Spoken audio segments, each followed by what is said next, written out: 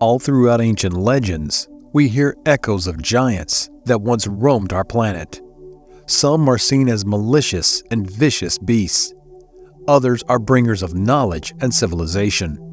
But no ancient collection of legends nor text refers to them in such great detail as the Bible. Join us as we journey back into the pre-Diluvian world in search of evidence that could prove enormous giants once roamed our earth. We'll explore their origins, mysterious fathers, and what could have happened to this ancient humanoid species. This is one you won't want to miss. Ancient giants in the Bible. In our search for the evidence that would suggest giants once existed, the first place we will begin is the biblical book of Genesis. Here we get our first glimpse at proof that such a group once existed, and they were known to Semitic speakers as the Nephilim. In chapter 6, it reads as follows: When people began to multiply on the face of the ground, and daughters were born to them, the sons of God saw they were fair, and they took wives for themselves for all they chose. The Nephilim were on the earth in those days, and also afterward, when the sons of God went into the daughters of man, who bore children to them. They were the heroes they were of old, warriors of renown. While not much context is given, they are seldom mentioned throughout the entirety of the Bible. It would assume that a large portion of the story is missing. Just who were these so-called sons of God? Why did they take earthly women as wives? And why were their offspring considered giants? In order to get more context on the entirety of this mysterious problem, we have to turn to the Book of Enoch, a religious text initially left out of the Roman Catholic Bible. What is the Book of Enoch? This ancient Hebrew text mostly centers on apocalyptic visions of catastrophic events to occur in the future. But it is also the first place we hear of a strange, mysterious group known as the Watchers. According to the text, they're both good and malevolent watchers who are known as angels in later Aramaic texts and religious writings. This group is said to be one of the same with sons of God, who are mentioned as the fathers of the Nephilim in the book of Genesis. The Book of Enoch claims that the Watchers were dispatched from heaven to earth, watch over the progression of humans. However, under no circumstances were they ever to interact with humans, or they would suffer a great punishment from God. But upon seeing how beautiful the women of the earth were, the lust soon grew, and they soon desired to sleep with them. Eventually, their leader, Samiaza, went against God's will and allowed them to intermingle with the humans and procreate, bringing forth a hybrid species known as the Nephilim. The enormous offspring of the Watchers were said to be anywhere from 8 to 15 feet tall and were savage people who wreaked havoc on humanity and pillaged the earth. Samiaza and his Watchers also taught humans various arts, including cosmetics, weaponry, sorcery, and astrology, and how to make mirrors. Eventually, God has enough of the Watchers' behavior and forbids them to return to heaven. They would become known as the fallen angels from this day onwards and were bound to live on earth until Judgment Day.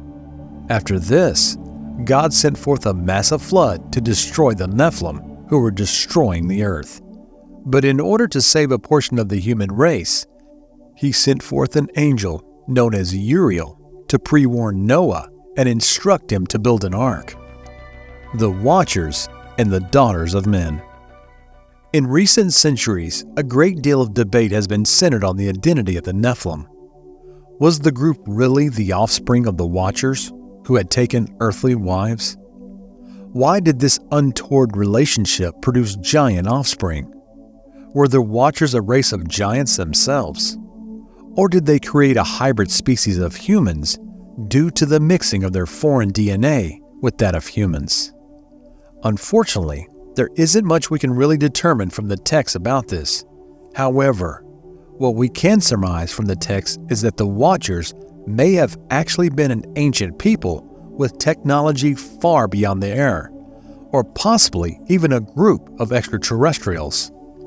According to Enoch's writings, he was taken by the Watchers at one point in which we can only surmise was some kind of craft. In his writings, Enoch claims he was taken from earth up into the sky by God, and he was shown heaven.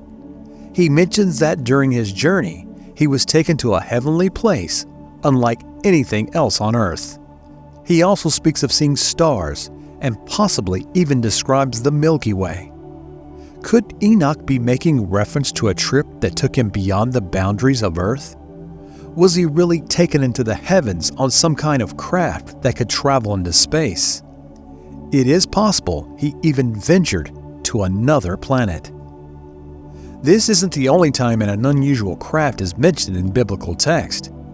Another later prophet, Elijah, claims he was also taken up in the heavens in a chariot of fire. Was this a way in which a man living over 2,000 years ago would have explained leaving the earth in such a craft? Has he had no other means of describing such a foreign object? Some are legends, worldwide folklore, evidence of aliens. Various scholars have interpreted the name Nephilim as a hybrid offspring, seemingly mixing of two different species of humanoid. The idea of such enormous humanoids is passing down in biblical texts, but also appears in the writings of various other cultures, such as those of Mesopotamia. Here folklore speaks of the gods having intercourse with humans, and the children they had were giants.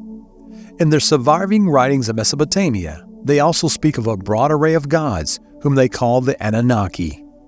If we are to try to understand the meaning behind the folklore of the ancient world, should we start interpreting the word gods, angels, or watchers as aliens? Flood theory, genetic mutation, and the destruction. A theory being pushed forward by alternative researchers in recent years is that the tale of the flood from various cultures around the world may relate back to genetic experiment gone wrong.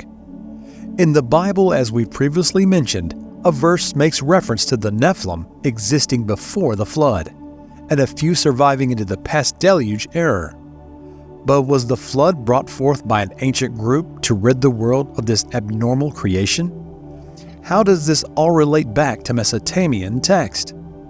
Well, according to the clay-baked tablets, the Anunnaki were having problems with their genetically modified species of humans. So they decided that the way in which they could start over was to first bring forth a massive flood that would destroy everything on earth. However, one of the gods couldn't bear the idea of destroying their genetic creation, so he forewarned a singular human and tasked him with creating a boat to save a portion of the hybrid beings. Sounds familiar, doesn't it? It's strikingly odd that two separate stories, one from the Hebrew writings and the other from Mesopotamia, speak of a great flood brought forth to destroy a race of hybrid beings that the gods no longer cared for. Could this be one story retold by two different cultures? And would this then suggest that a flood was brought forth to destroy a race of hybrid beings that may have been giants? While this theory is yet to be proven by any serious academic, could mainstream researchers' inability to conceive such an idea be holding us back from ever getting to the bottom of the mystery? Could there really be a lost race that was part extraterrestrial and part human? And if so, are there remains on Earth buried deep beneath the sands of time that could eventually prove this? Let us know all of your thoughts in the comments section. As always, thanks for watching. And if you enjoyed this video and would like to see more like it centered on ancient history, hit the subscribe button and join us for weekly uploads.